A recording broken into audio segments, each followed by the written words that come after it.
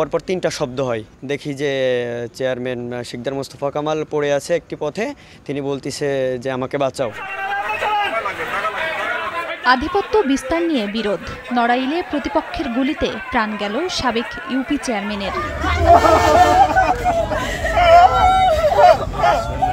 প্রত্যক্ষদর্শীরা জানায়, শুক্রবার সন্ধ্যা 7:30টার দিকে লোহাগাড়া বাজার থেকে মঙ্গলহাটা নিজ গ্রামে ফিরছিলেন সাবেক ইউপি চেয়ারম্যান শিকদার মোস্তফা কামাল। পথে কুন্দসী মোড় এলাকায় পৌঁছালে প্রতিপক্ষ আকরাম হোসেন লিপন মেম্বারের লোকজন গুলি চালায়। এ সময় তার চিৎকারে স্থানীয়রা উদ্ধার করে লোহাগাড়া উপজেলা স্বাস্থ্য কমপ্লেক্সে নিয়ে যায়। প্রাথমিক চিকিৎসা শেষে উন্নত চিকিৎসার জন্য ঢাকা মেডিকেলে নেয়ার পথে রাত 11:15টার দিকে মারা যান সাবেক চেয়ারম্যান। পরপর তিনটা শব্দ হয়, শব্দটা তেমন বিকট ছিল না। তারপরে ওই সাইডে একটু হইউল্লাস হওয়ার পর আমরা দৌড়ে যাই, দেখি যে চেয়ারম্যান শিকদার মোস্তফা কামাল পড়ে আছে একটি পথে, তিনি বলতিছে যে আমাকে বাঁচাও। যারা আজকে মোস্তফা শিকদার চেয়ারম্যান কাকাকে হত্যা করেছেন, আমরা অবশ্যই এদের সঠিক বিচার চাই। সন্ত্রাসী কার্যকলাপ করে বেড়াচ্ছে, এতে এ জায়গার লোকজন আমরা সবাই মর্মাহত অবস্থায় আছি।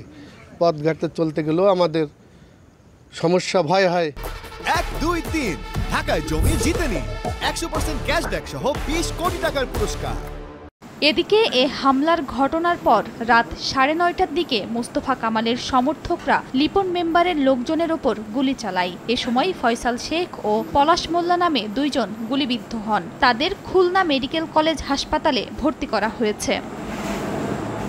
পুলিশ বলছে, গ্রামে আধিপত্য বিস্তার নিয়ে এ ঘটনা। অভিযুক্তদের শনাক্ত করা হয়েছে, তাদের ধরতে চলছে অভিযান। ঘটনার সাথে জড়িত সবাইকেই শনাক্ত করা হয়েছে, উদ্ধার গ্রেপ্তার অভিযান চলছে।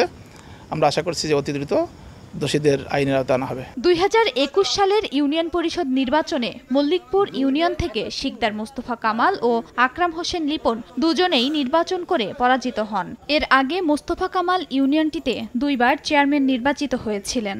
দীর্ঘদিন ধরেই দুপক্ষের মধ্যে এমন বিরোধ চলে আসছিল। সময় সংবাদ, নড়াইল।